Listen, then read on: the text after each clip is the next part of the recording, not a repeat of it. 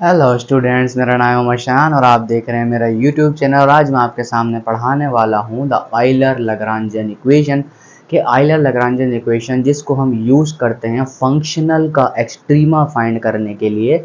उसकी आज हम डेरिवेशन करते हैं कि आखिर है क्या, और ये फंक्शनल से ही ड्राइव की जाती है। आज इसको ड्राइव करने की कोशिश करते हैं और एक दो प्रॉब्लम्स इसके ऊपर करके चेक करेंगे कि किस तरीके से हमारा सवाल कंप्लीट इसकी मदद से हो जाता है। तो भाई स्टार्ट करते हैं सबसे पहले कि what is the Euler Lagrange equation. सबसे पहले मैं आपको ये बताता चलूं कि, और मैंने पहले भी आपको बताई थी कि आपकी जो फंक्शनल की डेफिनेशन होती है वो बेसिकली क्या होती है, I of Y of X is nothing but equal to integration from x1 to x2। यही होती है ना भाई। और इसके अंदर एक फंक्शन आता है f, इसमें एक x वेरिएबल होता है, एक y वेरिएबल होता है और एक y डैश वेरिएबल होता है with respect to dx। This is nothing but the general form of the functional. ये मैं आपको पिछले लेक्चर्स के अंदर भी पढ़ा चुका हूँ।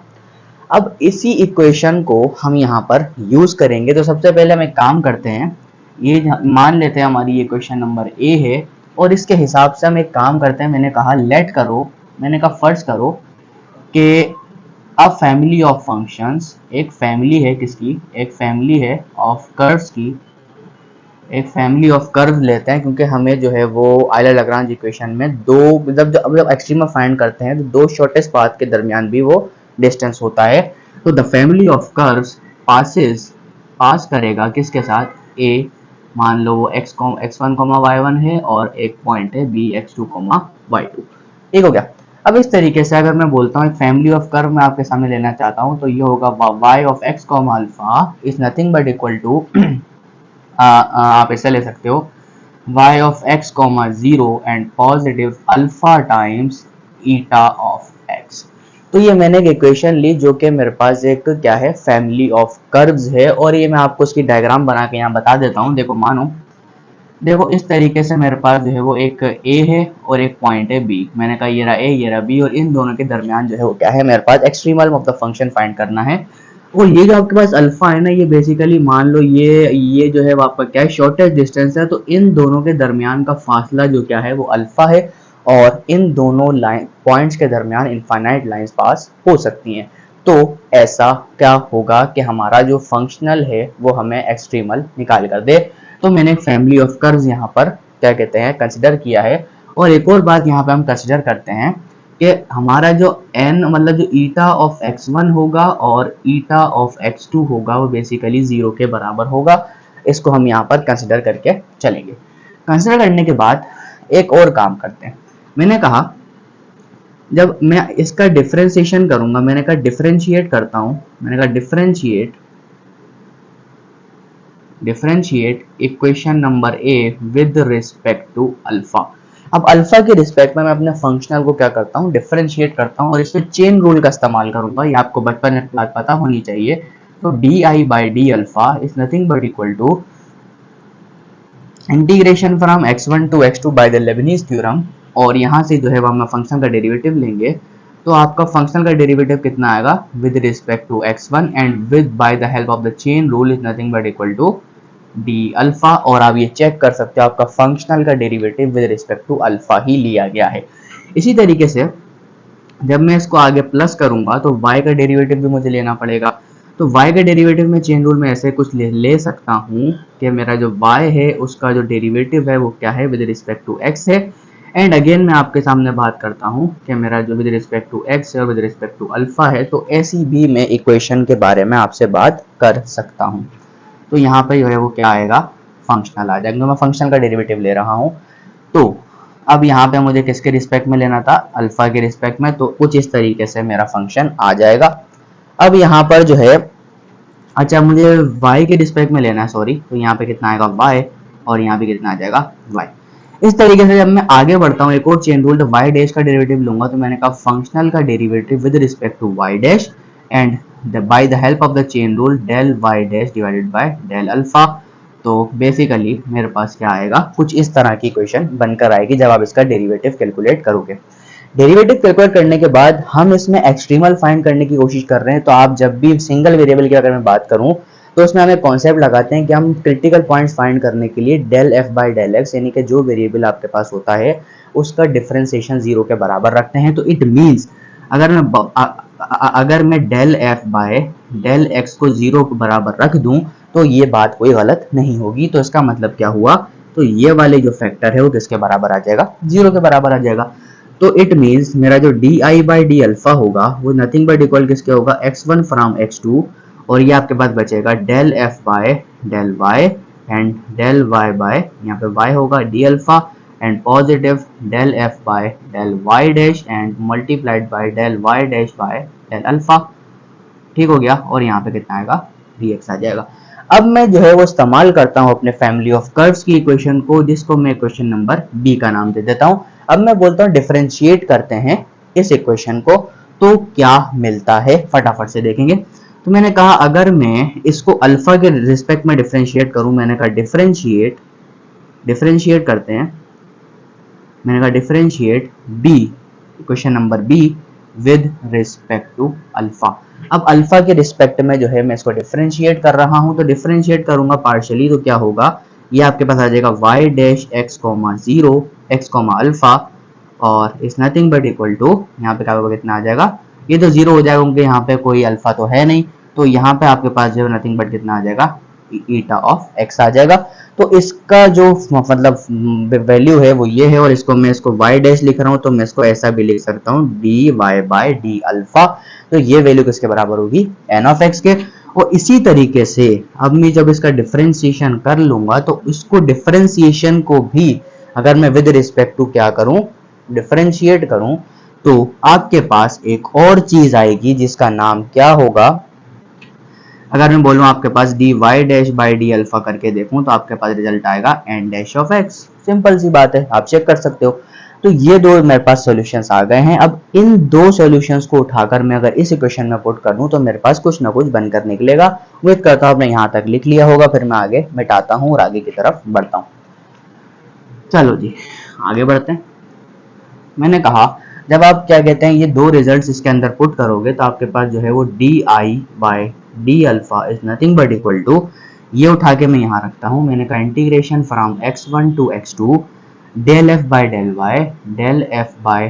वाई, और यहाँ पे क्या आ जाएगा आपके पास, ईटा ऑफ x आ जाएगा एंड पॉजिटिव, इसी तरीके से आपके पास क्या आएगा, del F by del Y dash and eta dash of x आ जाएगा, और आप इसको बंद कर दोगे विद रिस्पेक्ट टू dx के अंदर। उम्मीद करता हूँ यहाँ तक भी आपके समझ में आसानी से आ गया है।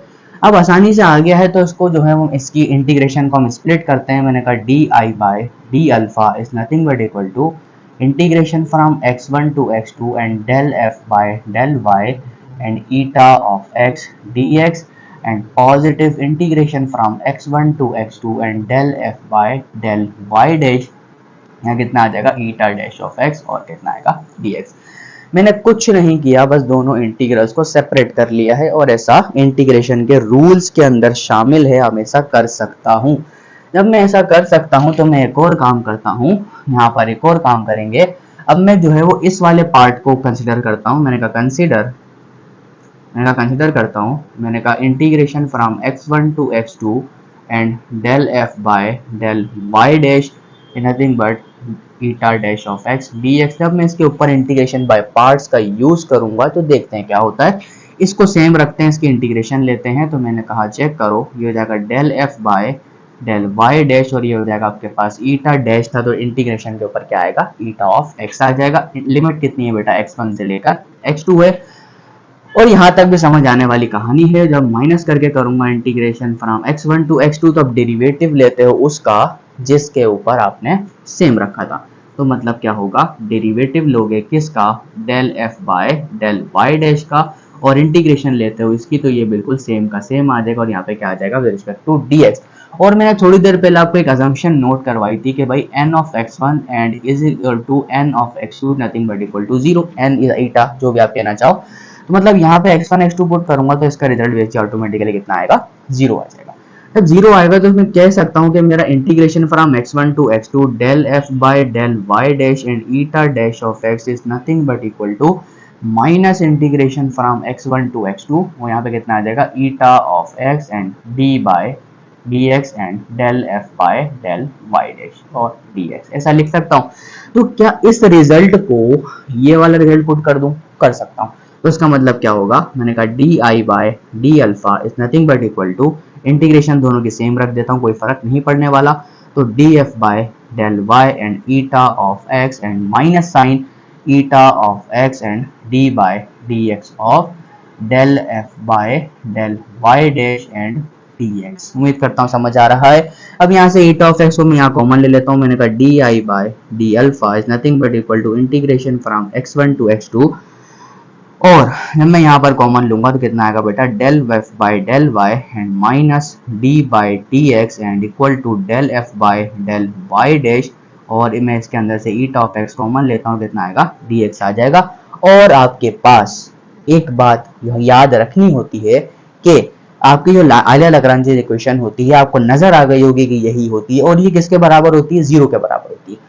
अब आप यहाँ पे फंडामेंटल थ्योरम ऑफ कैलकुलस का यूज करोगे और आपको यहाँ पर अपनी जो इक्वेशन है वो मिलना शुरू हो जाएगी। अब मैं आपके सामने एक थ्योरम लिखता हूँ, मैंने कहा थ्योरम को स्टेट करते हैं। मैंने कहा अगर आपके पास कोई भी दो लिमिट्स हैं integration from x1 to x2, और आपका एक फंक्शन है fx और एक फंक्शन है gx, और उसका रिजल्ट कितना आता है, जीरो आता है, तो इट मीन कि आपका जो फंक्शन है वो ऑटोमेटिकली जीरो होगा, या आपका ईटा ऑफ एक्स वो ऑटोमेटिकली जीरो होगा। तो दोनों में से कुछ भी जो है वो जीरो हो सकता है। ईटा ऑफ एक्स की बात कर रहा हूँ, यहाँ पे जी ऑफ एक्स लिख सकते हैं।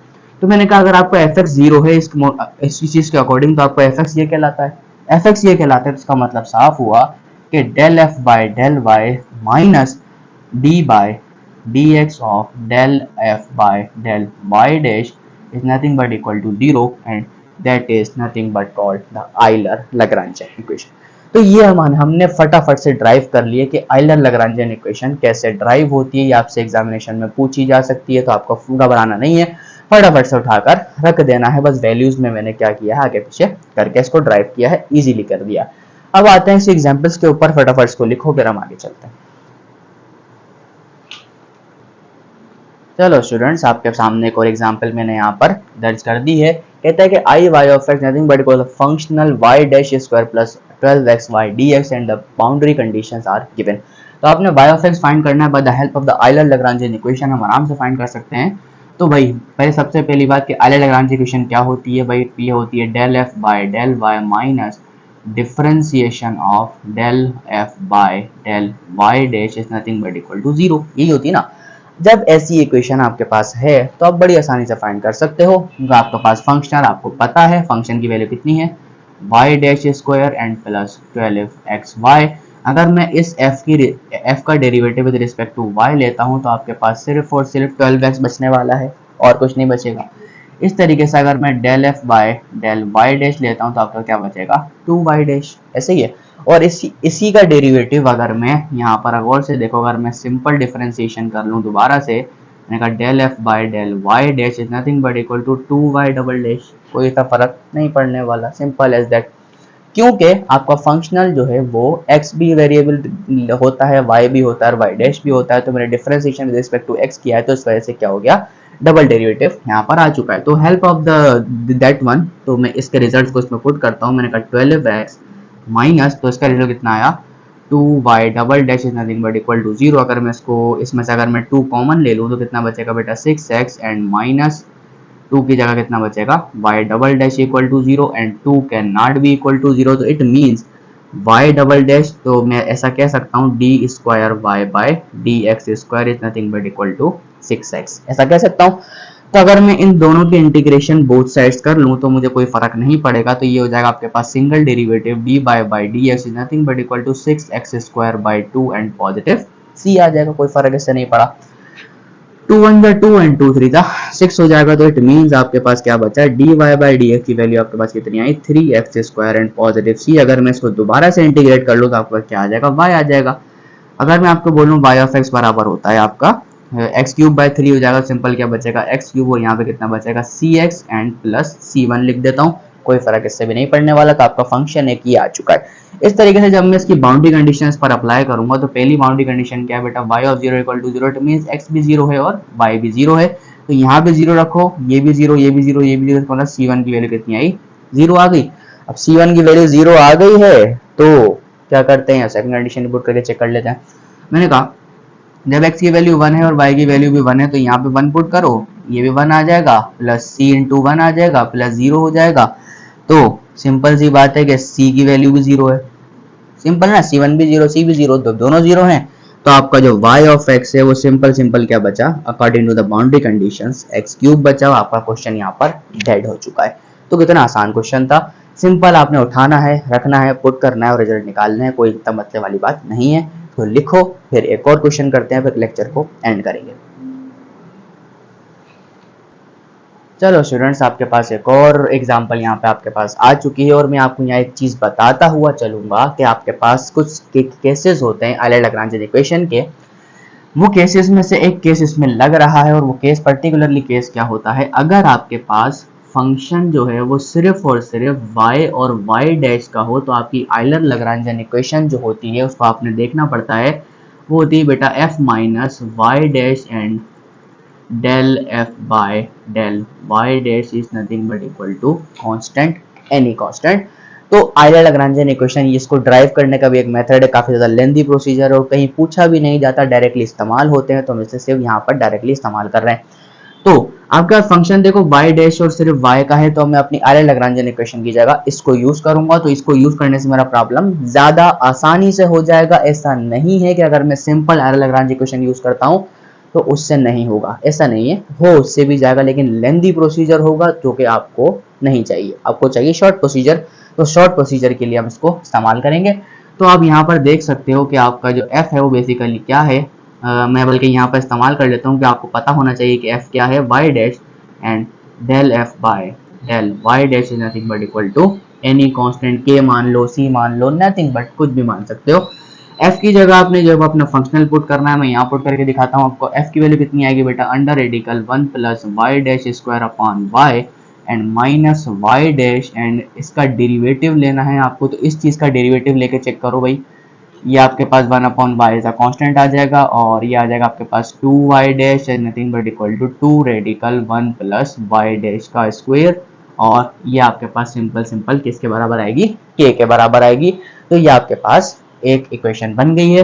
अब इसको हम सॉल्यूशन करेंगे। सॉल्यूशन करने में आप देख सकते हो 2 से 2 यहाँ पर कैंसिल हो रहा है और इसके जब मैं एलसीएम लूंगा, एलसीएम लेने पर क्या आएगा बेटा, एक y आ जाएगा और अंडर रेडिकल कितना आ जाएगा, 1 प्लस वाई डैश का स्क्वायर आ जाएगा।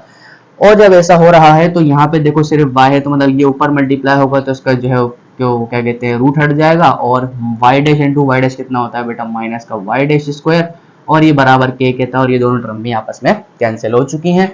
और जब ये कैंसिल हो चुकी हैं तो मैं इसको ऐसा कह सकता हूँ बेटा, k times y into under radical 1 plus Y dash square nothing but equal to 1। अगर मैं इस इक्वेशन को दोनों जगह स्क्वायरिंग बोथ साइड कर लूँ तो कोई फर्क नहीं पड़ना। तो मैंने कहा था वो k स्क्वायर, मैंने कहा y स्क्वायर और 1 plus Y dash square nothing but equal to 1 हो जाएगा। अगर मैं इसमें से वाई डैश स्क्वायर को सेपरेट करूँ तो क्या होगा, देखो बेटा, ये हो जाएगा आपके पास 1 plus Y dash square nothing but equal to 1 upon K square and Y square, और इस 1 को अगर मैं वहां लेके जाऊंगा तो Y dash square nothing but equal to 1 upon K square Y square minus 1। और अगर मैं इस पर रूट लगाता हूँ, या फिर आप मान लो ये जो 1 अपॉन के स्क्वायर आपके पास है, आसानी के लिए इसको मैं लेट सपोज आप 1 अपॉन के स्क्वायर को भी छोड़ो, ये जो आपका जो के स्क्वायर है मैं मान लेता हूँ c बराबर के स्क्वायर है, तो यहाँ पर रख लेता हूँ, दोनों कांस्टेंट है और यहाँ पे कांस्टेंट मुझे पता भी नहीं है तो मैं कुछ भी इस्तेमाल कर सकता हूँ। तो यहाँ पे देखो बेटा कि y डैश का जो स्क्वायर है वो किसके बराबर हो जाएगा बेटा, 1 upon C Y square minus 1, और इसको सिंप्लीफाई करने पर रिजल्ट आएगा आपके पास y dash square is equal to 1 minus C Y square divided by C Y square. और अगर मैं इस पर रूट लगाता हूँ तो कितना हो जाएगा, y dash is nothing but equal to 1 minus cy square divided by cy square, और यहाँ पे आप कुछ भी कह सकते हो, ठीक है। तो रूट मैंने दोनों पे लगाया था तो यहाँ पर ऐसा हो सकता है। तो अगर मैं y डैश को ऐसा लिखूं, या फिर आप एक काम करो कि अगर मैं c को ऊपर से कॉमन ले लूं, तो मैंने कहा y डैश बराबर हो जाएगा, यहाँ पे मैं c कॉमन लेता हूँ, कितना हो जाएगा 1 माइनस, बल्कि नहीं, ये हो जाएगा 1 upon C minus Y square and divide by C Y square. तो y डैश को मैं लिख सकता हूँ बेटा dy by D X is nothing but equal to c से c कैंसिल कर देता हूँ, और 1 अपॉन c को मैं अनदर कांस्टेंट मान लेता हूँ जिसका नाम होगा a। तो मैं यहाँ पर लिख भी देता हूँ, मैंने कहा 1 upon c nothing but equal to a हो जाएगा। तो यहाँ पे मैं एक बात और कह सकता हूँ, तो ये बराबर होगी a minus Y square divided by Y square. उम्मीद करता हूँ समझ में आ रहा होगा। तो ये बहुत ज़्यादा ईजी है। अच्छा जी, अब यहाँ पर जो है वो क्या हो रहा है, देखो नीचे वाला रूट तो वैसे भी खत्म हो रहा है, तो मैं इसको ऐसा लिख सकता हूँ, मैंने कहा y divided by under radical a minus Y square into D Y nothing but equal to D X positive c, और इसकी दोनों जगह हम क्या करेंगे, इंटीग्रेशन कर लेंगे ताकि हमारा रिजल्ट हमें मिल जाए। तो अब इसकी इंटीग्रेशन आप चेक कर सकते हो, बच्चों वाली इंटीग्रेशन हो जाएगी। तो यहाँ आपके पास लिखा हुआ है कि a माइनस वाई स्क्वायर की पावर -1/2, और आपका सिंपली y यहाँ पर मौजूद है, और dy nothing but equal to x plus C लिख दूंगा, और इसका अंदर का डेरिवेटिव कितना आना है, -2y। तो मैं क्या करूंगा भाई, -2 से मल्टीप्लाई भी करूंगा और -2 से डिवाइड भी करूंगा, ताकि इस पे चेंज वो मतलब पावर रूल लगा सकूं। तो पावर रूल लगाने पर कितना होगा बेटा, -1/2, और ये हो जाएगा a माइनस वाई स्क्वायर की पावर 1/2 प्लस 1, और नेगेटिव 1/2 प्लस कितना होता है 1/2, इस 2 से ये 2 कैंसिल हो जाएगा, is equal to nothing but x plus C हो जाएगा। और यहाँ देखो माइनस आपके पास मौजूद है, तो उसका रिजल्ट आएगा आपके पास which implies that minus a minus Y square की power half is nothing but equal to x plus C. और अगर मैं इस पे अब क्या ही कर सकता हूँ, मैंने जो है वो इक्वेशन तो सॉल्व कर ली है, लेकिन अब इसको थोड़ा और सिंप्लीफाई हम कर सकते हैं। वो कैसे करें, क्योंकि मान लो इसमें से जो x की आपके पास जो इक्वेशन आएगी, या y निकालना चाहो तो आप ऐसा कर सकते हो कि विद रिस्पेक्ट टू y अगर मैं निकालूं तो ये हो जाएगा a, बल्कि नहीं, एक काम करते हैं, स्क्वायरिंग बोथ साइड कर लेते हैं।